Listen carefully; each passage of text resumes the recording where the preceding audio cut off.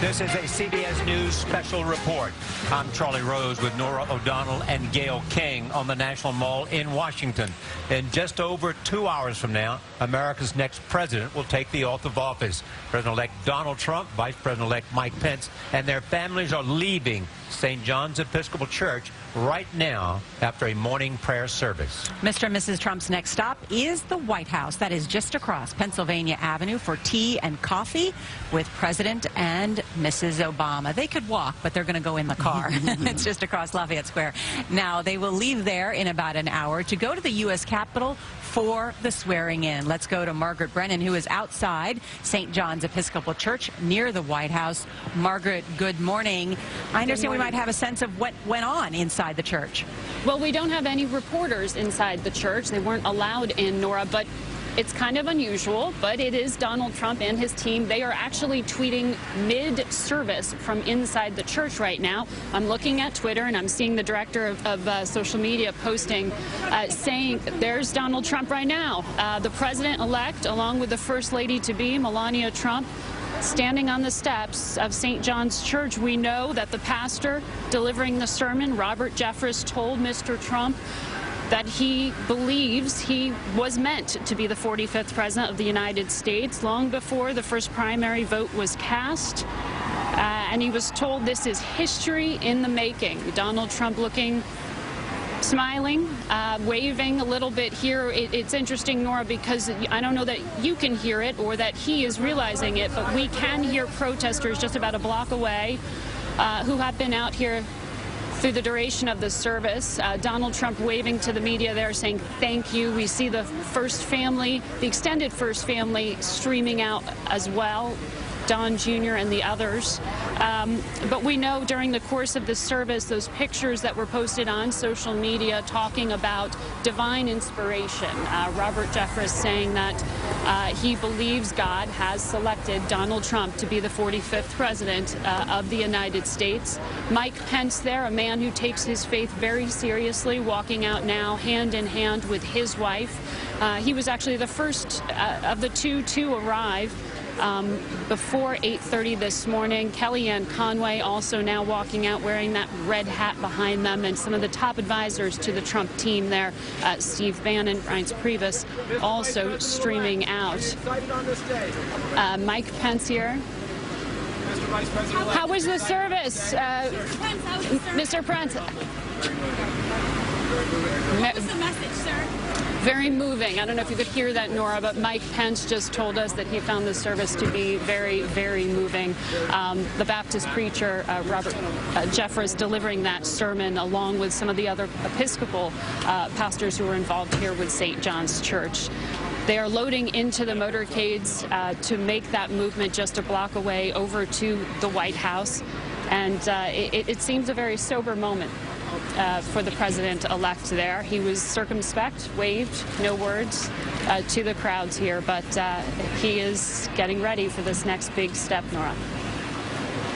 Margaret Brennan reporting from outside the church. Yes, as they head now over to the North Portico. John Dickerson, we were all here. They flashed up the president-elect leaving, and the whole crowd here on the National Mall erupted. Yeah. That's been the first pictures that they've been able to see of him. Tweeting from inside the church.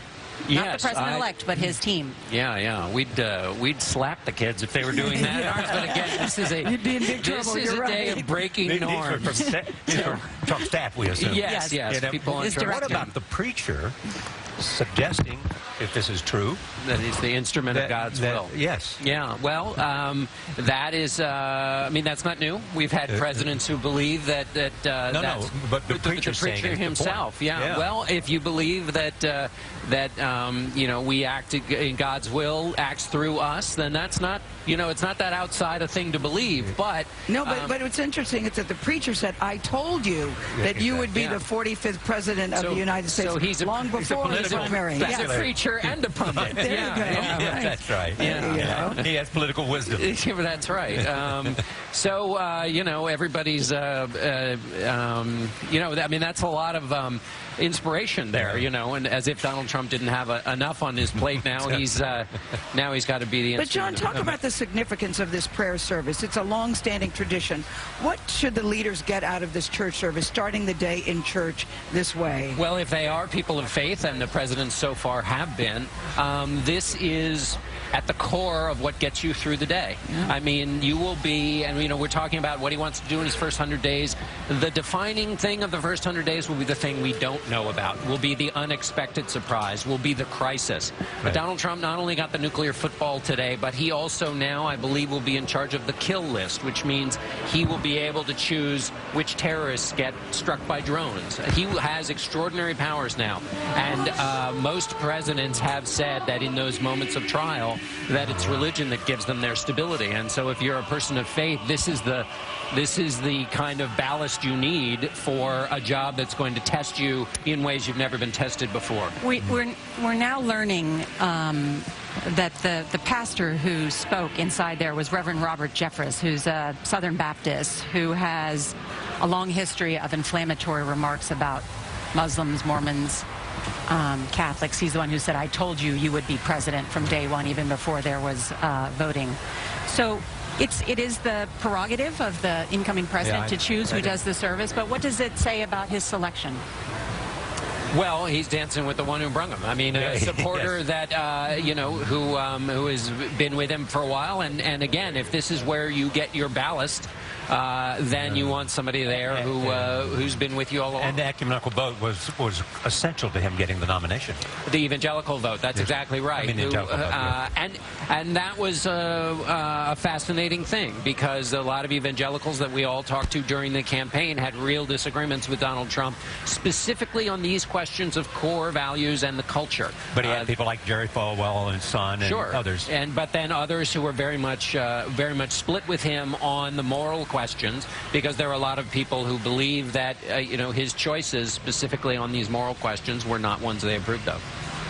And there we see former Vice President, that looks like Dan Quayle. Am I seeing? It's hard to see from. It is former Vice President Dan Quayle. Yes. Yeah, we're live on the Mall in a set here, so it's difficult to see across the room some of our. But there is the former Vice President there greeting members. And you'll see that the hat has a 45 on the side.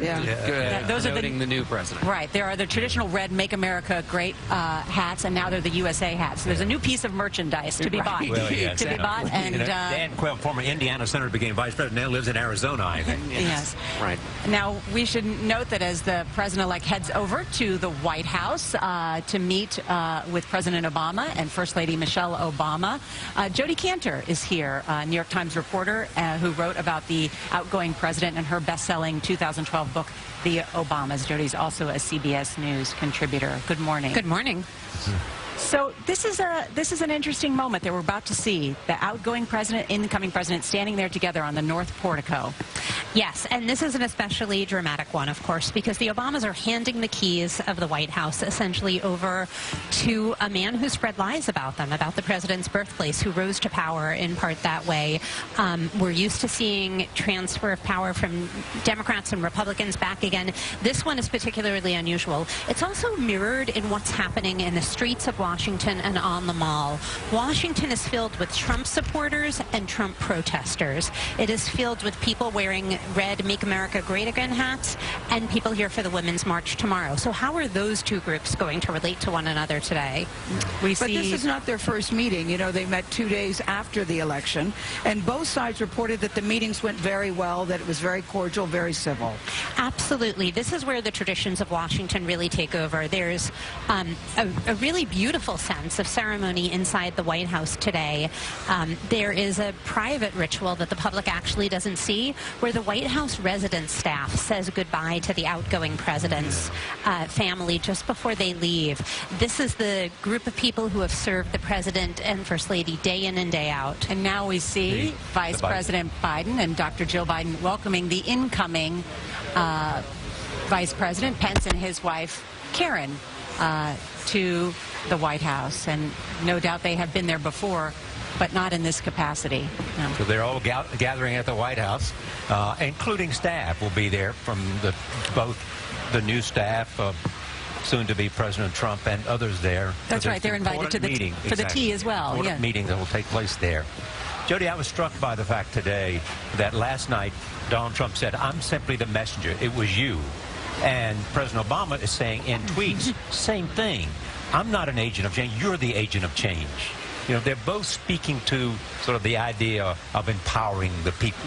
Well, and what does the American public want today, and what will happen when it's still not 10 o'clock in the morning here in Washington. When we look back at today at the end of the day, will we say this was a day in American history when even after an incredibly bitter and polarizing campaign, the entire country, the leaders, the people, set aside politics to welcome a new president and hand over power? Or are we going to see fights in the streets? Are we going to see speeches that are more that are angrier and less inclusive than usual? I don't think we know yet what the story of today is. But we have heard from both sides that they both want a smooth transition. On both sides from day one, they said we want, because this is how American democracy works.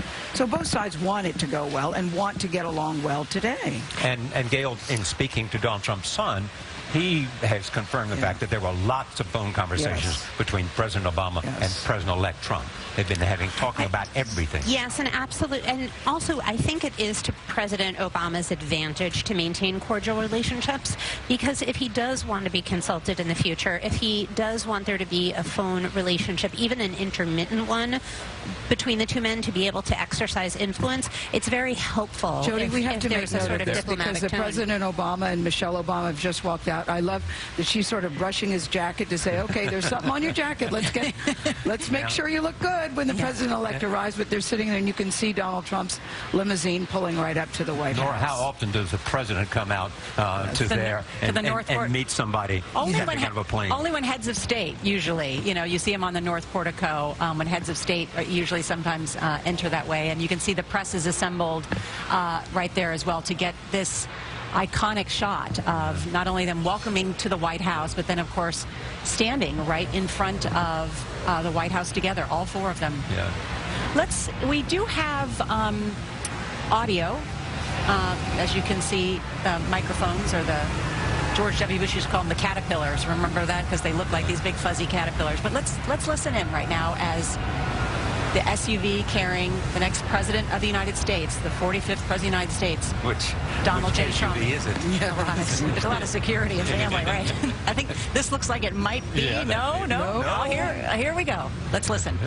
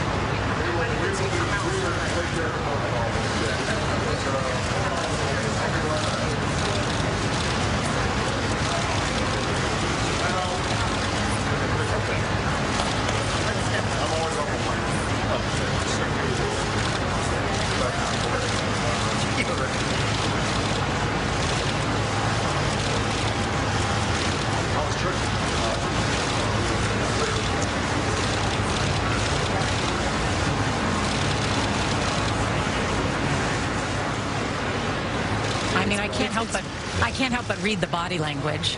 I mean, right? I mean, this you can't help but read the body language too. You know? I think the body language looked very friendly, but I can't get over about the box from Tiffany's, considering that the Tiffany store is right next to Trump Tower, and the Tiffany people have been complaining that their business has been hurting because of all the security.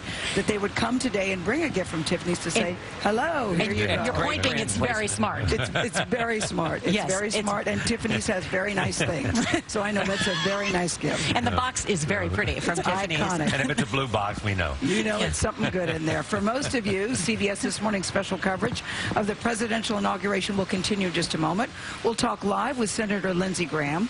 This has been a CBS News special report. We'll be right back.